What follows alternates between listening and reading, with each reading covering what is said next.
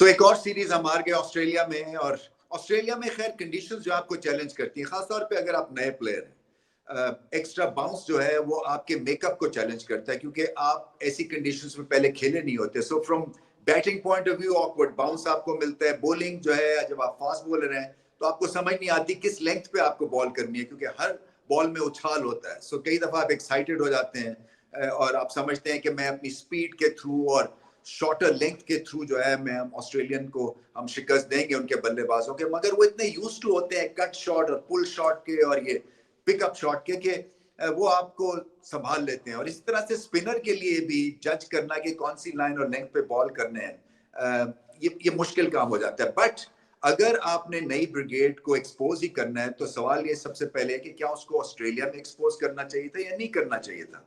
और अगर आप एक पूल ऑफ प्लेयर्स बढ़ाना चाह रहे हैं, सो क्या पाकिस्तान ने इस सीरीज के बाद T20 की क्या उनको कॉन्फिडेंस मिला है कि जो पूल ऑफ प्लेयर्स इन्होंने बढ़ाने की कोशिश किया, क्या वो इस पाए के हैं कि टॉप क्वालिटी टीम. चले ऑस्ट्रेलिया की टॉप क्वालिटी की टीम तो नहीं थी, उनकी ऑलमोस्ट ये सेकंड 11 थी, मगर फिर भी क्योंकि इतनी ये लीग क्रिकेट खेलते हैं इनके प्लेयर्स के खासे एक्सपीरियंस थे और घर में खेल रहे थे, तो क्या हमारे जो पूल है प्लेयर्स का, खासतौर पे नए प्लेयर्स का, वो इम्प्रेस कर सका है हमारे थिंक टैंक को, हमारे कोचेस को, हमारे सिलेक्टर्स को, कि उन पे तकिया किया जाए कि हाँ हमने ढूंढ लिया है वर्ल्ड क्लास आर्टिकल या टैलेंट और आगे चल के इन पे मेहनत हुई तो ये फिर हमें मैचेस जिताएंगे.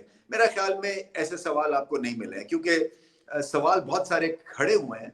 साहबजादा फरहान शॉर्ट बॉल पे प्रॉब्लम है. जहांदार क्या इस लेवल के ये ऑलराउंड क्रिकेटर हैं, कितने मौके और मिलने चाहिए उनको कि वो जो है अपने टैलेंट को जस्टिफाई कर सकें, क्या इंटरनेशनल का वो टैलेंट है या नहीं है. इसी तरह से उस्मान खान, क्या बाउंसी पिचेस के ऊपर, शॉर्ट बॉल के ऊपर उनमें इतनी क्वालिटी एहलियत है कि वो आपको ऑस्ट्रेलिया में तने तना मैचेस जितवा सकते हैं. इरफान खान टेम्परामेंट अच्छा है, नंबर 6 पे क्या टू डीप बैटिंग कर रहे हैं, क्योंकि जो बाकी का बैटिंग टैलेंट है उसमें इनकी ऊपर की जगह बनती है.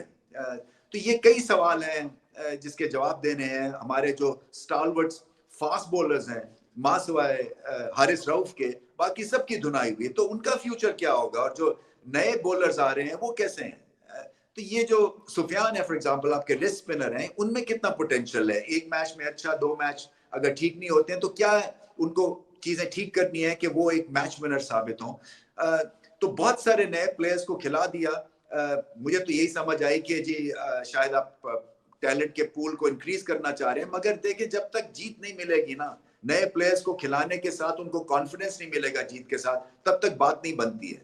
और पाकिस्तान को इसमें सोचना चाहिए आगे चल के कि क्या इस तरह से नए प्लेयर्स को खिलाने के चक्कर में आप मैचेस हारते जाएंगे और फिर से वही चले जाएंगे चैंपियंस ट्रॉफी से पहले, जहां आपका कॉम्बिनेशन ही सेट नहीं हो रहा और आपको आइडिया नहीं हो रहा कि कौन फॉर्म में कौन नहीं है, किसको खिलाना है किसको नहीं खिलाना. क्योंकि हो ये रहा है कि नए प्लेयर्स जो हैं उनकी भी कोई आउटस्टैंडिंग सीरीज नहीं थी ये, और पुराने प्लेयर्स की भी कोई आउटस्टैंडिंग सीरीज नहीं थी. सो फंस गया मामला एकदम से. फिर वही बात है, सवाल सही उठा रहे हैं फैंस भी और मेरे ज़हन में भी है कि साइम अयूब को किस तरह से आपने रिलीज कर दिया.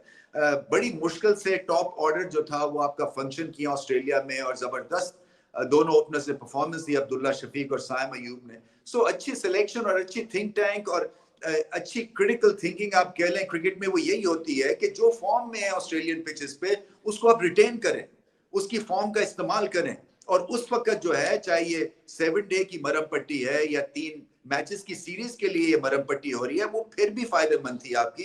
क्योंकि ऑस्ट्रेलिया में जब हमने 92 का वर्ल्ड कप जीता था, सबसे पहले हम टीम थी जहां लैंड किया था, और उसकी बड़ा मकसद यही था कि हम कंडीशन से यूज्ड हो जाएंगे, एक्लिमेटाइज हो जाएंगे, 7-8 प्रैक्टिस मैच खेले थे. तो जो प्रैक्टिस में थे, जो फॉर्म में थे दोनों ओपनर्स, उनको रिलीज कर दिया. आई थिंक वो क्रिटिकल मिस्टेक हुई है.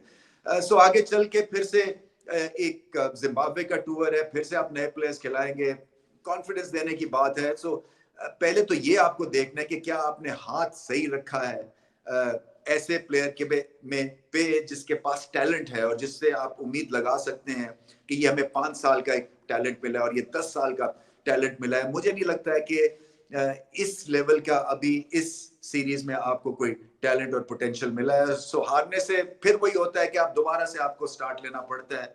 اور یہ سیزن پاکستان کا کافی پاورفل ہے کیونکہ چیمپئنز ٹرافی جو ہے اس میں کلمنیٹ ہوگا. وہ کہاں ہوتی ہے یہ تو اوپر والا ہی بہتر جانتا ہے, بٹ اینی وے پوائنٹ کہنے کا یہی ہے کہ اس سیریز کے بعد جو ہے وہ سوال زیادہ اٹھے ہیں, نئے پلیئرز کے ٹیلنٹ پہ سوال اٹھے ہیں.